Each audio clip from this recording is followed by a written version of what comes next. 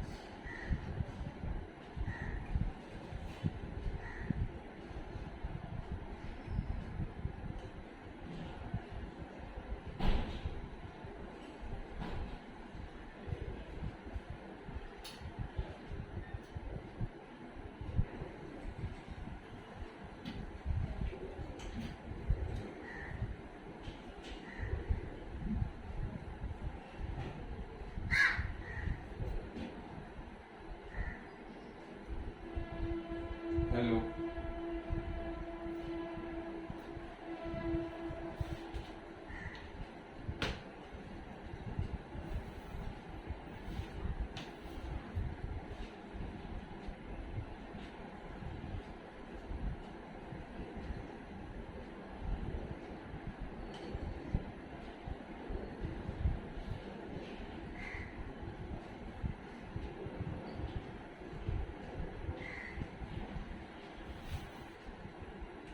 तो आज हम इन्फेक्शियस डिजीज में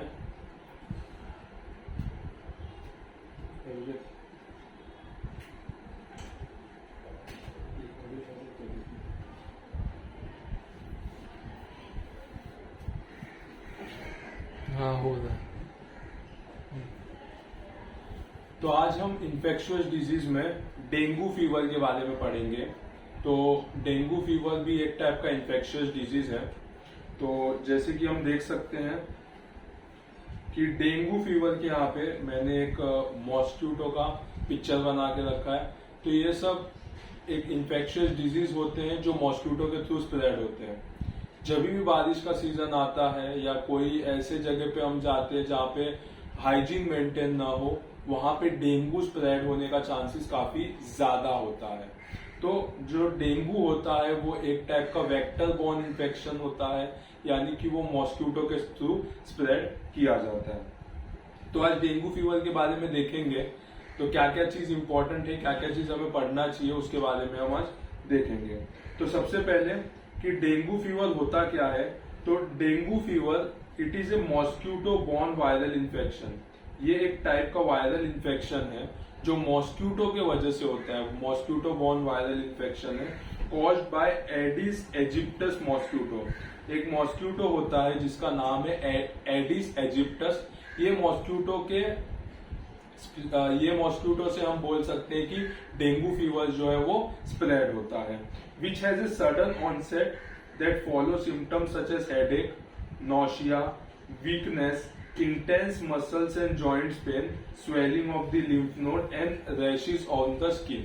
तो मोस्ट प्रोबेबली अगर हम इन्फेक्शियस डिजीज देखते हैं तो उसमें सभी प्रकार की इन्फेक्शियस डिजीज में कुछ कुछ चीजें कॉमन होती है, जैसे फीवर, नोशिया, बॉडी एक, ये सब चीज कॉमन होता है। लेकिन डेंगू में क्या होता है, तो डेंगू में सबसे पहले हमें फीवर तो देखने मिलेगा ही, उसके साथ साथ हेडेक देखने मिलेगा, नोशिया देखने मिलेगा, वॉमिटिंग लाइक सेंसेशन, वीकनेस देखने मिलेगा, इंटेंस पेन होगा, मसल पेन होगा, मायल्जिया हम कह सकते हैं, या फिर जॉइंट पेन, अल्थ्रेल्जिया कह सकते हैं, swelling of the lymph node जहां पे भी रहेंगे वहां पे उसका स्वेलिंग देखने मिलेगा, और उसके साथ साथ मैक्यूलोपेपुलर रैशेस जैसा, यानी कि रैशेस देखने मिलेगा स्किन के ऊपर। Many symptoms of the dengue fever include gingivitis, sharp pain in the eye and swollen palm and soles। इसके अलावा भी काफी सारे सिम्टम्स देखने मिलते हैं, जैसे जिंजिविटिस यानी कि इन्फ्लामेशन ऑफ द गम्स, दूसरा sharp pain in the eye, retro orbital pain जिसे बोलते हैं, हम कहते हैं कि आंख के पीछे साइड में हमें पेन हो रहा है, सर दुखने के साथ साथ रेट्रो ऑर्बिटल पेन भी होता है, तो उसे हम कहेंगे शार्प पेन इन दी आई। और उसके साथ साथ स्वोलन पाम्स एंड सोल, मतलब पाम्स जो हमारे सोल होते हैं और हमारे पाम होते हैं, इसमें भी सूजन देखने को मिलता है, स्वेलिंग देखने को मिलता है।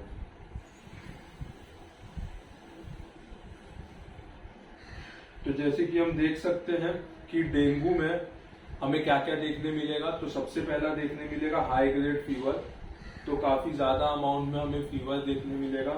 दूसरा आई पेन, जैसे कि मैंने कहा था रेट्रो ऑर्बिटल पेन, आंख के पीछे साइड में पेन होता है, उसके साथ साथ हेडेक होगा, सर दुखेगा। मसल्स पेन यानी कि माइल्जिया होगा। रैशेस, मैक्यूलोपेपुलर रैशेस, छोटे छोटे बॉयल्स आने लगेंगे बॉडी पे। बोन पेन, अर्थेल्जिया, ये काफी कॉमन सिम्टम होता है डेंगू इन्फेक्शन में, हड्डियों में दुखना ऐसा हम कहते हैं, तो बोन पेन होता है। उसके साथ साथ नौशिया या वॉमिटिंग, फीलिंग लाइक वॉमिटिंग, ऐसा भी सेंसेशन होता है, और वॉमिट भी आता है, ऐसा भी सेंसेशन रहता है। उसके साथ साथ जॉइंट्स पेन भी हम कह सकते हैं रहता है। तो bone pen, joint pain, muscle pen, pen in the I, high grade fever, headache, rashes and vomiting, nausea, तो ये सब सिम्टम्स क्या है हमें डेंगू फीवर में देखने को मिलता है।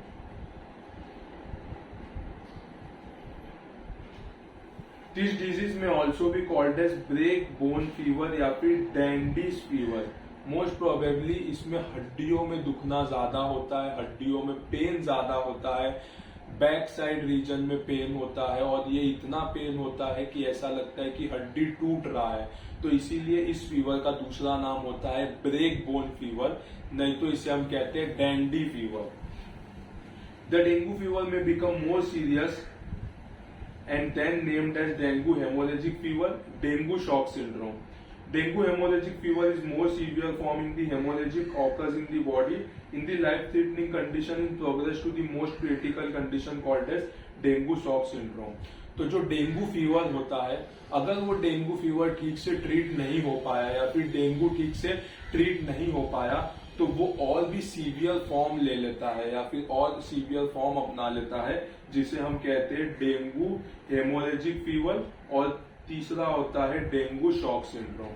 तो अगर माइल्ड कुछ रहेगा तो उसे हम कहेंगे डेंगू फीवर, यानी कि बुखार आना, हाथ जैसे कि मैंने इससे पहले डिस्कस किया, रेट्रो ऑर्बिटल पेन होना, muscle pain, joint pain, bone pen, nausea या वॉमिटिंग होता है, तो उसे हम कहेंगे डेंगू फीवर। लेकिन अगर इसके साथ साथ वो आगे की तरफ प्रोग्रेस करता है, बॉडी में कई जगह पे ब्लीडिंग देखने को मिलता है, प्लेटलेट काउंट कम देखने को मिलता है, तो उसे हम कहेंगे डेंगू हेमोरेजिक फीवर, यानी कि जगह जगह पे पैटिचिया, हिमरेज ऐसा हमें देखने को मिलता है। और अगर ये आगे प्रोसीड कर गया, यानी कि अगर इसके वजह से फॉल इन बीपी या सेप्सिस इन्फेक्शन होने लगा, तो हम इसे कहेंगे डेंगू शॉक सिंड्रोम। तो एक तो होता है डेंगू हेमोरेजिक फीवर और दूसरा होता है डेंगू शॉक सिंड्रोम। ये काफी खतरनाक टाइप होते हैं डेंगू के। अगर हम इडियोपैथोजिनोसिस में देखते हैं तो हमें क्या देखने मिलेगा, तो जो डेंगू है वो स्प्रेड कैसे होता है, तो स्प्रेड ये होता है बाइट ऑफ द एडिस इजिप्टस नाम के मॉस्क्यूटो से। किससे होता है, एडिस इजिप्टस नाम का जो मॉस्क्यूटो होता है उसके बाइट करने से ये स्प्रेड होता है। Most probably virus penetrate into the skin, जब भी मॉस्क्यूटो बाइट करेगा तो वो क्या करेगा, स्किन के ऊपर, जो स्किन है उसके ऊपर यहाँ पे मॉस्क्यूटो क्या करेगा, बाइट करेगा। The virus infect and replicate inside the Langerhans cells या फिर इम्यूनिटी ऑफ द स्किन। वहां से लेंजरहैंस सेल्स क्या करेगा, इंटरफेरॉन को रिलीज करेगा, जो कि क्या करता है, सोल्जर्स की जैसे काम करता है, और वो लिमिट करता है इन्फेक्शन के स्प्रेड को, इन्फेक्शन स्प्रेड करने को कम करता है interferon. Infected Langerhans cells go to the lymphatic system, यहाँ से वो लिम्फेटिक सिस्टम के पास जाते हैं, जहां पे वो क्या करते हैं, अपने सोल्जर्स को अलर्ट करते हैं, मोनोसाइट न्यूट्रोफिल्स को अलर्ट करते हैं। फिर इसके बाद ये सर्कुलेशन में जाते हैं। सर्कुलेशन में जाने की वजह से वहां का वायरस का काउंट क्या होता है, बढ़ने लगता है। वायरस का काउंट क्या होता है, ब्लड स्ट्रीम में बढ़ने लगता है। बढ़ने की वजह से वहां क्या होता है और जो इम्यून रिस्पॉन्स होते हैं वो एक्टिवेट हो जाते हैं, यानी कि लिम्फोसाइट्स जो है वो ज्यादा अमाउंट में रिलीज होने लगता है। उसकी वजह से क्या होगा, न्यूट्रोफिल्स और व्हाइट ब्लड सेल डिक्रीज हो जाएंगे। डिक्रीज होने के साथ साथ पायोजेंस वहां से निकलेंगे, जिसकी वजह से हमें फीवर के बारे में पता चलेगा और रैशेस के बारे में पता चलेगा, और इसे हम कहते हैं डेंगू फीवर। इसे क्या कहेंगे हम, डेंगू फीवर। तो ये कैसे होता है, तो ये सबसे पहला बेसिक चीज होता है कि हम कभी भी अगर एडिस एजिप्टस मॉस्किटो काटता है, उसके बाद क्या होता है कि वो वायरस जो है वो हमारे स्किन में पेनिट्रेट करता है। स्किन से होते हुए वो कहाँ पे जाता है, लिम्फेटिक सिस्टम में जाता है। लिम्फेटिक सिस्टम में वो जाके इम्यून सिस्टम को क्या करता है, बूस्टअप करता है। बूस्टअप करने की वजह से लिम्फोसाइट्स जो है वो वहां पे रिलीज होते हैं। न्यूट्रोफिल्स और व्हाइट ब्लड सेल का काउंट थोड़ा कम होता है, वो पायोजेंस को रिलीज करते हैं, जिसकी वजह से क्या देखने मिलता है, हमें फीवर देखने मिलता है और बॉडी एक ये सब चीज देखने मिलेगा, और इस होल एंड सोल कंडीशन को हम कहते हैं डेंगू फीवर।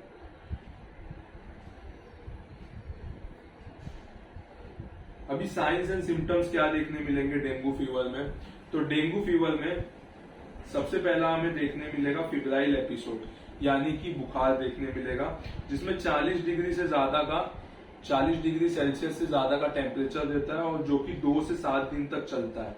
इंटरमीडिएटली बुखार आता है 2 से 7 दिन तक, और टेम्परेचर जो होता है वो अराउंड 40 डिग्री सेल्सियस होता है। उसके साथ साथ रैशेस, नौशिया, वॉमिटिंग और हेडेक देखने मिलता है, यानी कि सर दुखना, उल्टी के जैसा फील होना, उल्टी होना, और रैशेस, बॉडी पे छोटे छोटे रैशेस डेवलप होना।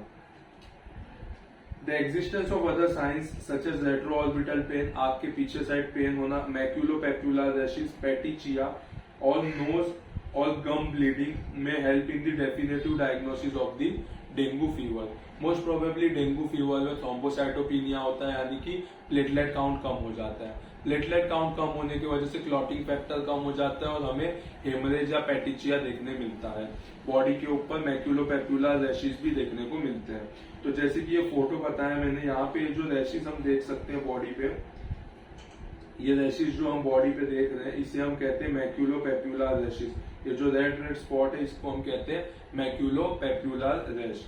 इसके साथ साथ अगर हम देखेंगे तो अगर प्लेटलेट काउंट कम हो जाता है तो उसकी वजह से स्किन पे कुछ छोटे छोटे स्पॉट्स देखने मिलते हैं ब्लड के, जिसे हम कहते हैं पेटिचिया। पेटिचिया यानी कि उसमें ब्लीडिंग स्पॉट्स प्रेजेंट होते हैं, पेटिचिया, या फिर हम कह सकते हैं haemorrhage.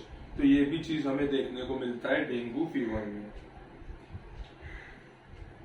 The severity of the above symptoms and the emergency of the other conditions such as abdominal pain, mucosal bleeding, lethargia, restlessness can be seen after 7 days. 7 दिन के बाद अगर हम देखेंगे तो वीकनेस, रेस्टलेसनेस, ब्लीडिंग का चांसेस होना, ये सब चीज हमें देखने को मिलता है। अगर हमारे पास डेंगू फीवर का पेशेंट आता है तो लेबोरेटरी इन्वेस्टिगेशंस में हम क्या करते हैं, तो अगर हम किसी भी सेटअप में काम करते हैं तो सबसे पहला फीवर आता है तो हम उसका पूरा फीवर प्रोफाइल, यानी कि हम कह सकते हैं कि डेंगू, मलेरिया, टाइफॉइड, ये सब का टेस्ट करते हैं। तो जब भी हमें डाउट होता है कि नहीं पेशेंट को डेंगू फीवर होगा तो हमें उसका सबसे पहले क्या करवाना चाहिए, तो सबसे पहले उसका करवाना चाहिए सीबीसी। उसके साथ साथ डेंगू के टेस्ट में आता है डेंगू, NS1, IgM, IgG, और उसके साथ साथ हिपैटिक अमाइनो ट्रांसफरेज यानी कि SGOT, SGPT, नहीं तो हम कह सकते हैं अगर हम पूरा लीवर प्रोफाइल करेंगे तो वेल एंड गुड। तो लेबोरेटरी एग्जामिनेशन में देखेंगे अगर माइल्ड डेंगू फीवर होगा तो उसमें क्या होगा, तो एलिवेटेड ल्यूकोसाइट काउंट यानी कि WBC जो होगा वो कैसा होगा, वो हाई देखने को मिलेगा। उसके साथ साथ small increase in the hepatic amino transferase activity यानी कि SGOT, SGPT का लेवल भी है वो रेज देखने को मिलेगा। उसके साथ साथ डेंगू NS1, डेंगू IgG और डेंगू IgM, इसमें से कोई भी एक चीज पॉजिटिव देखने मिलेगा। रिसेंटली अगर इन्फेक्शन होता है तो डेंगू NS1 पॉजिटिव देखने मिलता है। अगर इन्फेक्शन है वो कुछ दिन पहले हुआ है तो डेंगू IgM पॉजिटिव देखने मिलता है। और अगर क्योर हो चुका है, डेंगू पहले हुआ था कुछ दिनों पहले, तो उसमें IgG जो होता है वो हमें पॉजिटिव देखने मिलता है। तो इस तरह से डेंगू फीवर में डेंगू NS1, IgM और IgG टेस्ट करवाना काफी ज्यादा जरूरी होता है। The emergency of this symptom is a warning sign of disease progression to severe form. अगर किसी भी मेडिकेशन देने से या किसी तरीके से ठीक नहीं होता तो वो अपना सीवियर फॉर्म की तरफ बढ़ता है, ऐसे हमें समझना चाहिए, यानी कि डेंगू हेमोरेजिक फीवर या फिर डेंगू शॉक सिंड्रोम।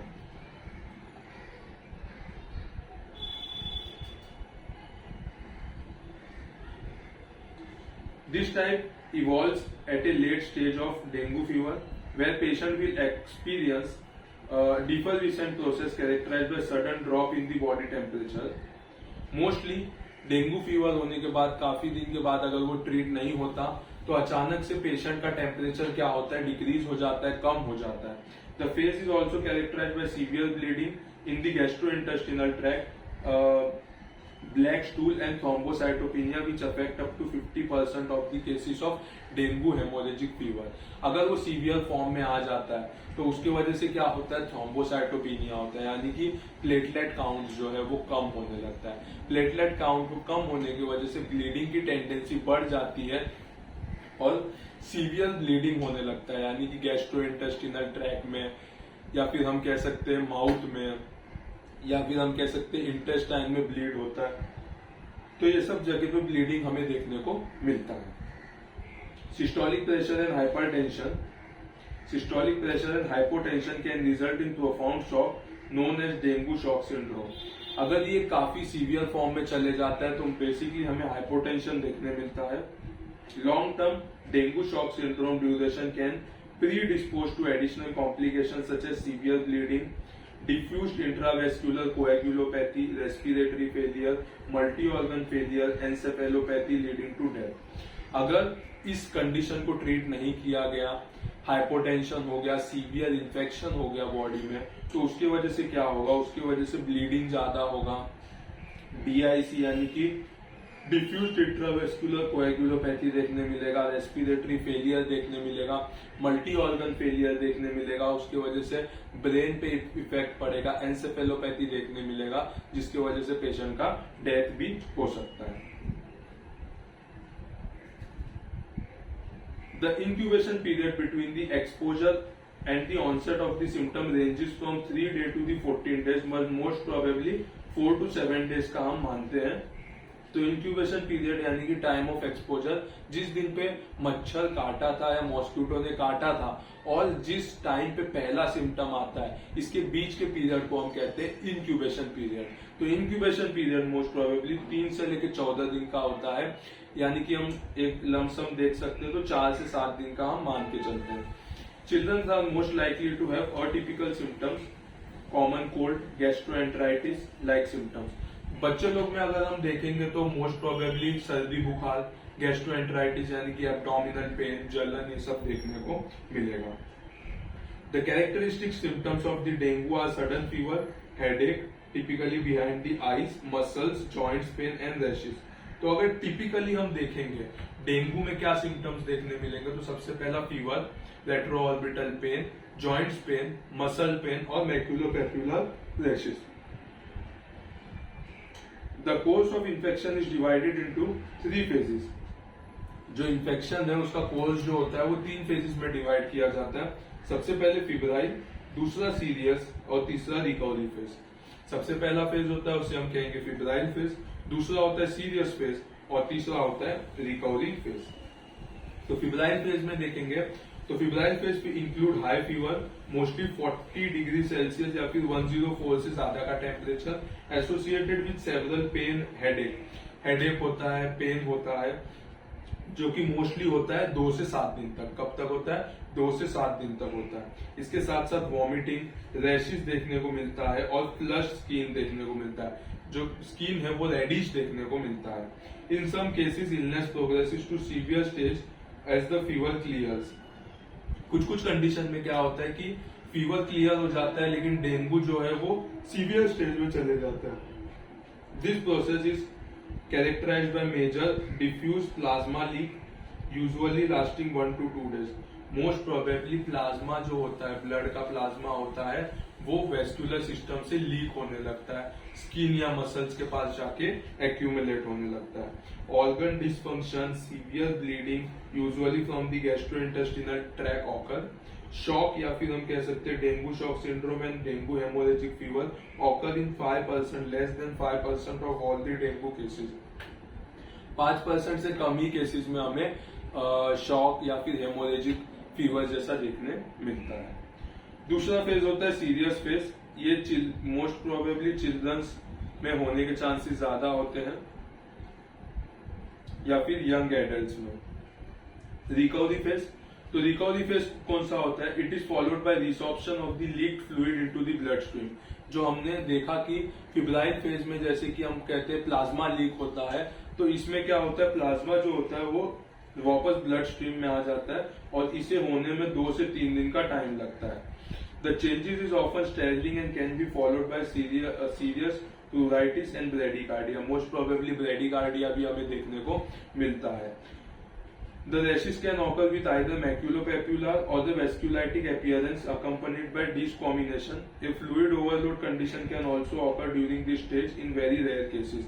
तो मोस्ट प्रोबेबली प्लाज्मा लीक अगर हो गया है, वो वापस अगर ब्लड स्ट्रीम में जाएगा तो उसकी वजह से मोस्ट प्रोबेबली हमें एडिमा देखने को मिलेगा या फिर हम कह सकते हैं फ्लूइड ओवरलोड देखने को मिलेंगे। मॉर्फोलॉजिकल फीचर्स अगर हम देखते हैं डेंगू फीवर का तो क्या देखने मिलेगा? Organ changes in dengue haemorrhagic fever. तो मोस्ट प्रोबेबली फोकल हिमरेज देखने मिलेगा, काफी सारे जगह पे पेटिचिया या हिमरेज देखने मिलेगा। Increased vascular permeability resulting into the oedema. Vascular permeability बढ़ जाएगा, यानी कि जो ब्लड वेसल्स होते हैं उसकी परमिएबिलिटी बढ़ जाएगी, जिसकी वजह से जो फ्लूइड है या जो प्लाज्मा है वो ब्लड वेसल्स के बाहर जाना स्टार्ट हो जाएगा और एडिमा क्रिएट करेगा। बाजू के जो ऑर्गन्स होते हैं वहां पे क्या है, एडिमा क्रिएट करने लगेगा। कोएगुलोपैथी विद थ्रोम्बोसाइटोपिनिया। थ्रोम्बोसाइटोपिनिया यानी कि प्लेटलेट का काउंट कम होते लगेगा, उसके साथ साथ क्या होगा, तो कोएगुलेशन होता है, यानी कि क्लॉटिंग फैक्टर्स होता है, उसमें डीरेंजमेंट होगा, ठीक से क्लॉटिंग नहीं हो पाएगा, जिसकी वजह से ब्लीडिंग देखने को मिलेगा।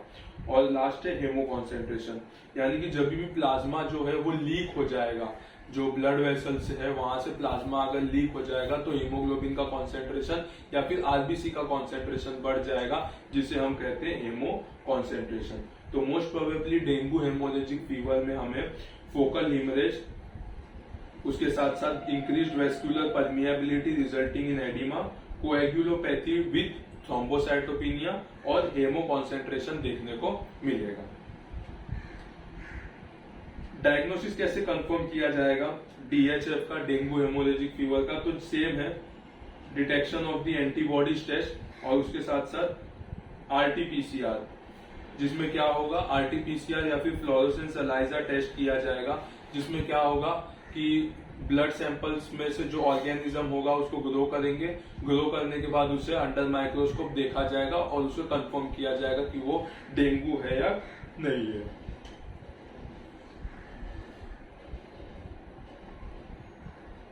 Abnormalities in the investigation of dengue haemorrhagic fever, इसमें हमें ल्यूकोपीनिया देखने मिलेगा, मतलब decrease in the WBC count with lymphocytosis, increase in the lymphocyte.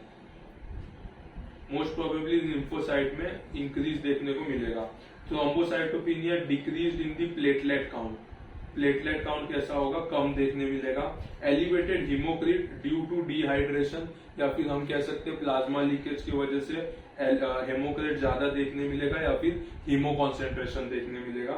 X ray chest में अगर हम देखेंगे तो बायलैटरल प्लूरल एफ्यूजन देखने मिलेगा, जैसे कि हम देख सकते हैं ऐसा हमारा चेस्ट जो होता है तो उसमें नीचे के साइड पे वाटर एक्यूमुलेशन देखने को मिलेगा, जिसे हम कहते हैं प्लूरल एफ्यूजन। ये क्यों देखने को मिलेगा, तो प्लाज्मा लीक होने की वजह से वो कहीं ना कहीं जाके एक्यूमुलेट होगा, तो हो सकता है कि लंग पेरेन्काइमा में जाके एक्यूमुलेट हो, तो उसके वजह से भी हमें एक्सरे में प्लूरल एफ्यूजन देखने मिलेगा। Derange liver function test, elevated transaminase, hypoalbuminaemia and reverse albumin to globulin ratio, तो मोस्ट प्रोबेबली एसजीओटी एसजीपीटी का लेवल बढ़ा हुआ देखने मिलेगा। एल्ब्यूमिन जो होता है, एल्ब्यूमिन का लेवल कम होते हुए दिखेगा, जिसकी वजह से हमें एडिमा देखने मिलेंगे बॉडी पे। और एल्ब्यूमिन टू ग्लोब्यूलिन का जो रेशियो होता है वो भी रिवर्स देखने को मिलेगा या फिर उल्टा देखने मिलेगा। उसके साथ साथ प्रोलॉन्ग कोएगुलेशन टेस्ट यानी कि प्रोथ्रोम्बिन टाइम, या हम कह सकते हैं पीटीआईएनआर जो होता है, या फिर हम कह सकते हैं एपीटीटी जो होता है, इसका भी डीरेंजमेंट देखने मिलेगा। यानी कि कोएगुलेशन फैक्टर होता है, ब्लड क्लॉटिंग फैक्टर्स होते हैं, वो ठीक से देखने को नहीं मिलेगा, वो भी डीरेंज्ड होगा। तो प्रोलॉन्ग कोएगुलेशन टाइम, कोएगुलेट यानी कि क्लॉटिंग होने के लिए काफी ज्यादा टाइम लगेगा, यानी कि पीटीआईएनआर जो होता है वो डीरेंज होंगे, एपीटीटी डीरेंज होंगे, बीटीसीटी ब्लीडिंग टाइम और क्लॉटिंग टाइम भी डीरेंज हो जाएगा।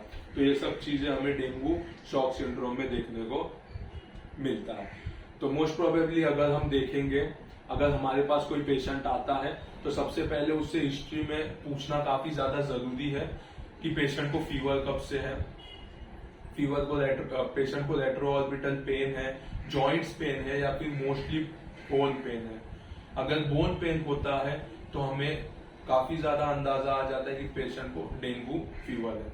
सिर्फ डेंगू फीवर रिकॉग्नाइज करना ही सही नहीं होता, क्योंकि पेशेंट को काफी सारे और भी सिम्टम्स आने डेवलप होते हैं, जैसे कि ब्लीडिंग टेंडेंसी बढ़ना, हाइपोटेंशन होना, पैटिचिया या फिर हीमरेज देखने मिलना। ये सब चीजों को भी हमें अच्छे से डायग्नोस करना चाहिए और उस हिसाब से ही हमें सिम्टोमेटिकली ट्रीट करना चाहिए।